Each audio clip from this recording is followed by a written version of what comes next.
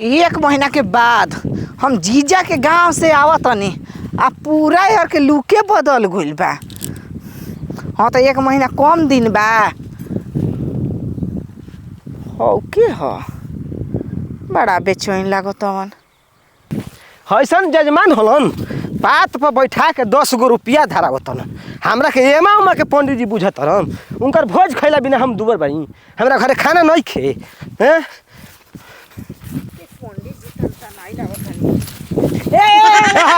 हटा रास्ता मत रोको जाए हमरा घरे। पंडित जी गोड़ लागतनी। खुश रह भगवान बनवले रहस। आ काहे गरम बानी? गरम बानी काहे देखो तनी संतान आइल। हाय देख चब भोकाना के हो का बताव पात पर बैठा के 10 गो रसगुल्ला देल 5 गो पूरी देल आसेर बुनिया देल आ 10 गो रुपया धरावता। 10 रुपया में बाबा जी माने वाला बनन। आजकल 10 रुपया में कुछ मिलता? ना ना ना ना रवा ठीक कह तनी। 10 रुपया में आजकल का होखे वाला बा? कुछ नहीं के होखे वाला। आज के बाद ओकरा मुआनी जियानी शादी बियाह कथा बाता कब न हम जा सकिना ना न जाई। आजकल 4000 5000 3000 2000 11 से नीचे केहू नहीं के देता। अरे भैया उतना ना देले रही कम से कम 151 दे देले रही तो उतने में हम खुश हो गई रहती। ये तने में रहुआ तब का कौन ओकरा से हम घर दुआर मांगत रहल हई। नहीं की जाना तो हमरा छोटका चाचा के लड़का के तिलक चगल ओ जो काथा कहे खातिर पंडित जी के 1100 रुपया दियाइल तब जाके मननी। हाँ हो आजकल 500 रुपया आदमी लेता रह कम से कम दहाड़ी भर। नहीं तो बात सही कहतनी। लेकिन तू कहे इतना बनन ठनल बाड़ू? जीजा कहाँ से आवतनी? अबर तक गाँव में ना लौकत रहलहू चिन्हातो नहीं को हो। का हो जीजा के हाथे खा के मोटा गइल बाड़ू ना। ऊ तो बात बटले बा। एगो जीजा कोनो बड़ा हमार 4 गो उनका छोटका भाई मझिला भाई सझिला भाई तब ई बड़का भाई रहन। अच्छा ये बताबो हमर चेलवा का कमजोर बा कि तहके ना खियावेला? देखी ना तो दिनों रात बेचारा मेहनत करेला चिमनी पर जाला ईंटा पाथेला ओहर के सीजन खत्म हो जाई तो आके एजा कमारेला। ए पंडित जी क्या कहतनी रउआ जी? देखो चिमनी पर के सीजन खत्म हो जाई यानी बरसात आ जाई और रोपनी लाग जाई तो बेचारा बिया कमारेला रोपनी करवावेला। ई बात है तनी मनी मेहनती है हमार चलवा। लेकिन तू बाड़ू कि ओकरा पर ध्यान ना देलू। तू तो अपना जीजा के भाई पर ध्यान देतरू। उ लोग कह दिन काम अइहन जब अइहन काम तो हमार चलवे ना आई।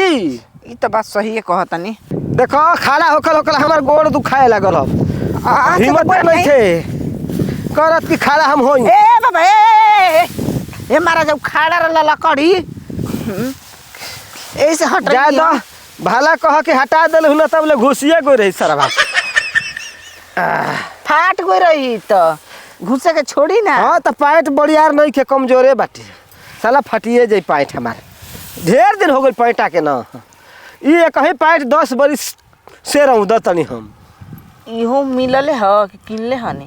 ना ना एक जजमान उनकर बियाह करौनी ना तो खुश होकर दिहल। देखो हो ये पैंटा बड़ा मजबूत ह 10 साल तक के पहिरत हई लेकिन आज तक ले कुछ होखल ना एकर। अच्छा 10 बरिस? हाँ हो इहे पैंट तो का करबू जानते बाड़ू। अब पंडित जी लोग केहू के कुदारी फरसा थोड़े करे जइहन जा गोबर थोड़े काचे जइहन जा। नहीं कतनो गरीब रही पंडित जी लोग तो दूसरा के गोबर थोड़े कची हैं। तब जान तरू का आजकल लो आदमी धर्म परिवर्तन कर देता न केहू नमो बुधाई हो जाता तो केहू क्रिश्चियन हो जाता तो ए घड़ी जजमान लोग कम होखल जाता न दिने पर दिन। चली संख्या तो बढ़ले न जाता तो हमारा उमरिया तो बढ़ले न जाता कि कौन घटता।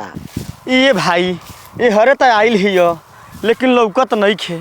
एकर दादी मोर न हमारा के परेशान क रख दिले बिया।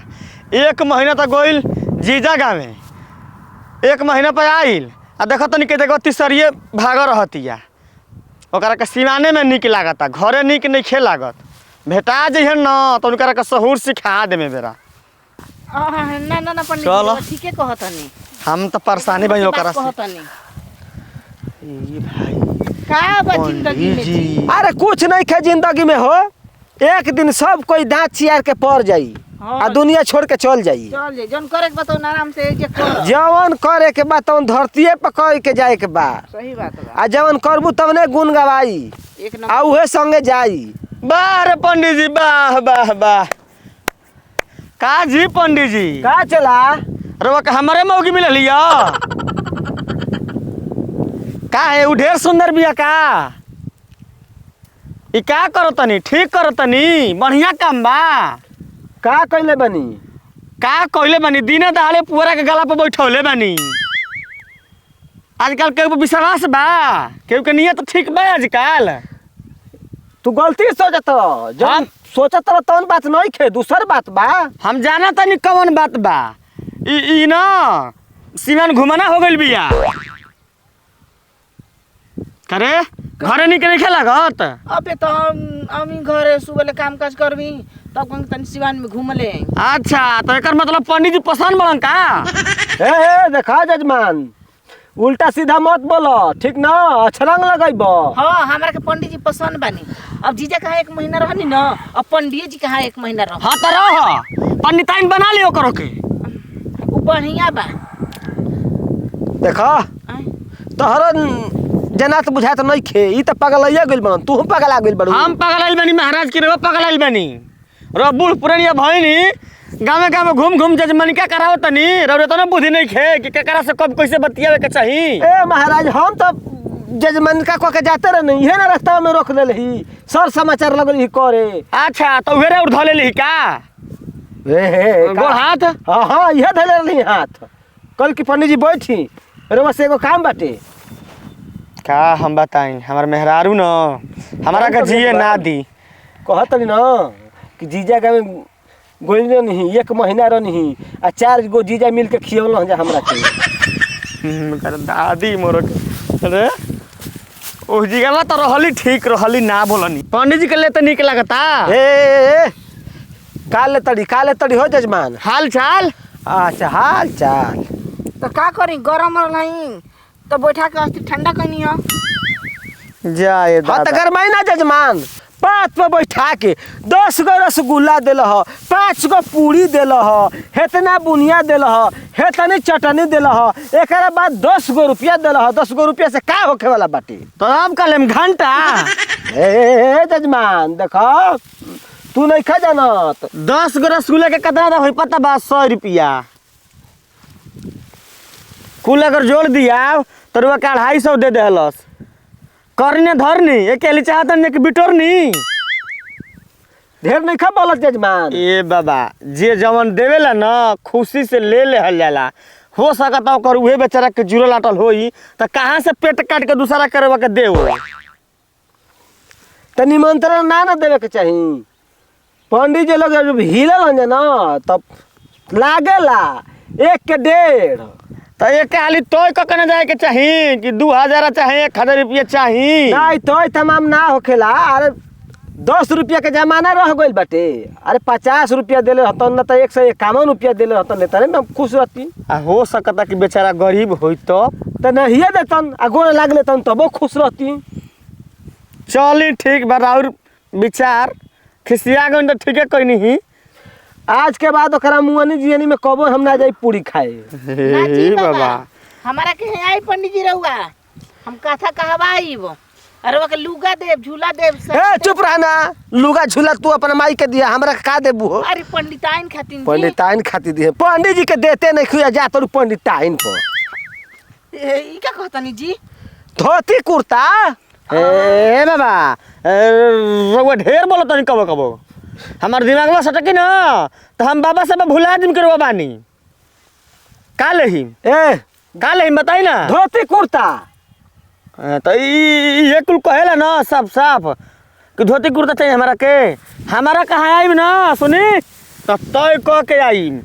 हताना रुपया, हताना पैसा, हताना खाना, हताना पीना, उतना हम व्यवस्था न करम ना। तारा के आई तो पेट धो के आई। हे भाई का कहता चुप रहा, तारा के कबो आई ना। ए बाबा ए चुप रहा, माल तारा चलते होता।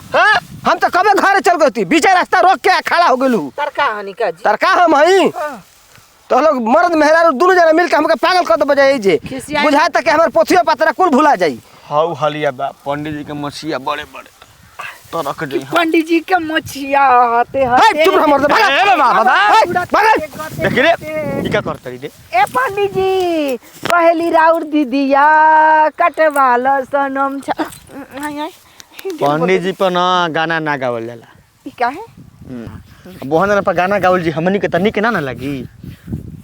चल घरे चली जी खिसिया खिसिया मत न त कबारे लगा भैया